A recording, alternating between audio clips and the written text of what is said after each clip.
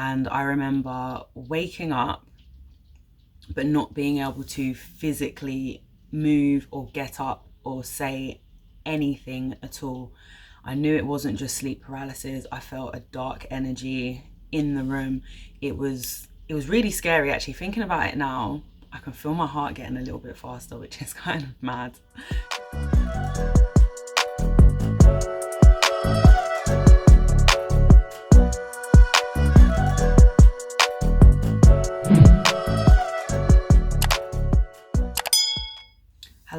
Hello again. It is Taj, aka Mataj Massage. Welcome back to my channel, Mataj Midas Living. You've probably guessed from the title of the video that I am going to be doing a bit of a story time again, but this time I'm focusing on the dark side of everything that I've been talking about in regards to spiritual warfare. So I'm going to be talking about the time that I was spiritually attacked. If you've been following these videos in chronological order, then you'll know that I spoke on spiritual warfare. Then I also spoke on the light side of things where I experienced my own personal miracle. Today's one, as I said, is going to be on the time I was spiritually attacked. And then there's going to be another video in this series in relation to spiritual gifts.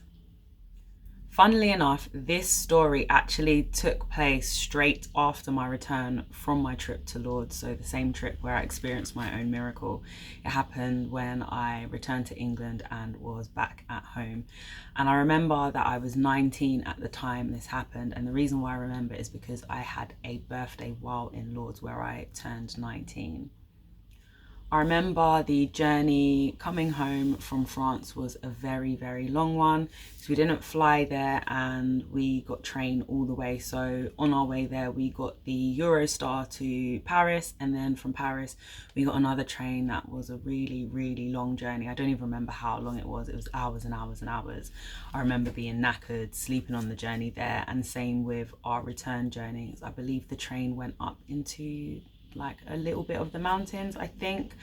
I could be wrong, but it was a very long time ago. I just remember the journey was very, very long. So by the time they dropped us back off to the college grounds and then I made my way back home, I can't remember if I got picked up or if I made my own way home. Either way, that's not really important. But then when I did get home, I unpacked my stuff and I remember being absolutely knackered. I was just like, I need to go to sleep. Like, I can't stay awake. It felt like I was jet lagged, even though the time was pretty much either the same or an hour's difference at the time. And I was just like, get me to bed now. So I decided to have a nap. So it was when I was sleeping when I was spiritually attacked. Non-believers or people that are purely based in science would say that this was down to sleep paralysis alone, but I'm someone whose background is in science, like heavily based in science, but I'm also a very spiritual person. So I feel like my view in regards to this is quite a balanced one, rather than it being swayed all the way with science or swayed all the way with religion or spirituality. I know in my heart of hearts I was spiritually attacked. And I remember waking up but not being able to physically move or get up or say anything at all. I knew it wasn't just sleep paralysis. I felt a dark energy in the room. It was really scary actually. Thinking about it now, I can feel my heart getting a little bit faster, which is kind of mad because it was so long ago, but it still stays with me, even though majority of the time I'm not even thinking about when that happened. It happened so long ago. So I am 32 now. I might even be 33 by the time this video comes out because I've pre-recorded a lot of my stuff. But yeah, I was 19 back then, so it was quite a long time ago, and it was honestly one of the most terrifying experiences of my life.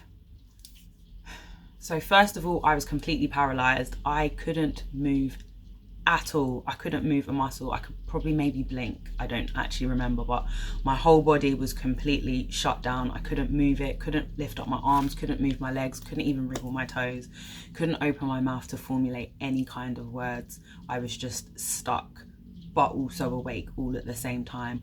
It felt like there was someone sitting on my chest. It felt like there was someone grabbing onto my neck and my chest felt really, really tight. You know when you go into really deep water and you can feel the pressure on your chest? It was kind of that feeling.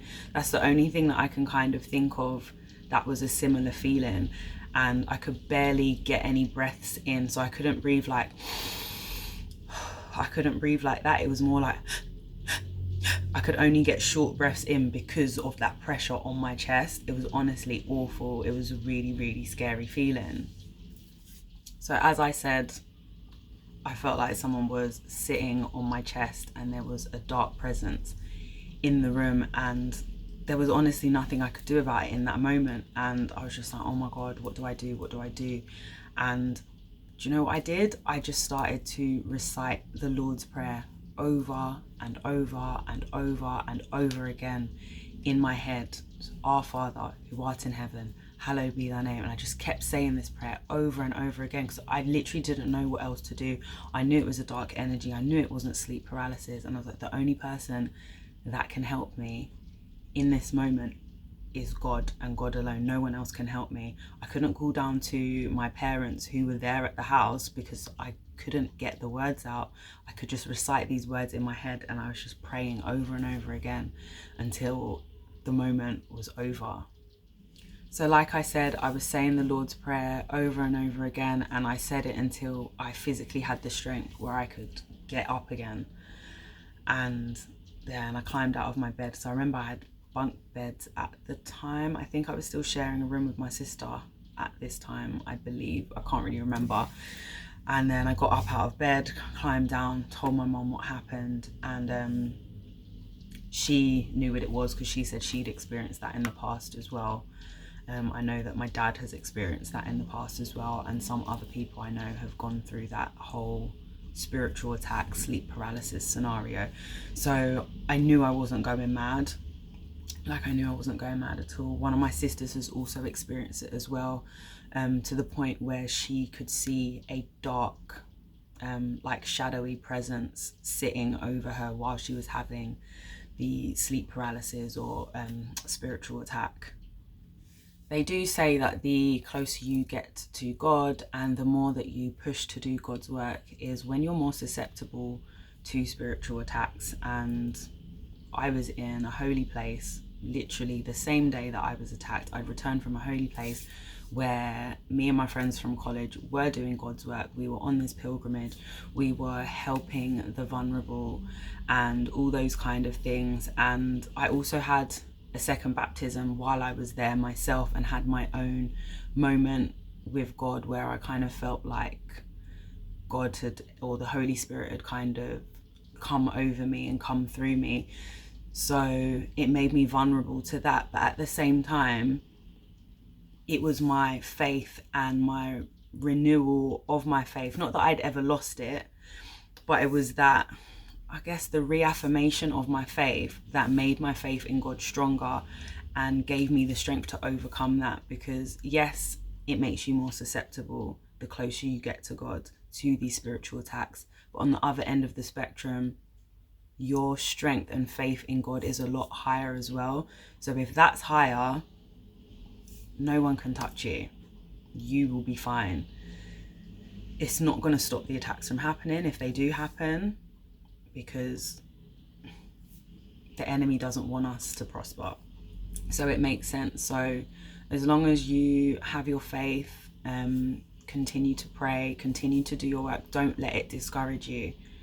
Honestly, don't. Please, please, please don't let it discourage you. I'm still here to this day. My path has kind of meandered a bit, but it's always been God at the forefront of that, and I will continue to do that. Whether I get attacked or not, I'm not going to change who I am, because this is where I need to be. This is what I need to be doing, and it's got to be done. And the fact that these spiritual attacks happen means that you're doing the right thing, and that's something that will keep pushing me to do more. Has anyone else experienced this or any other forms of spiritual attacks? Please let me know in the comments below. I would love to hear your stories. Please don't be discouraged when you feel like everything is against you, even when you're pushing to do the right thing. Keep pushing through. These could just be boundaries to either make you stronger in your faith. It could be attacks to stop you from pursuing your faith. Either way, keep doing it, because there's always blessings in the lesson. So just keep pushing through. I hope that you've enjoyed this video. If we vibe, please join the tribe and make sure that you like and subscribe. Don't forget to hit the notification bell so that you're notified of when I have new content coming out. Take care of yourselves.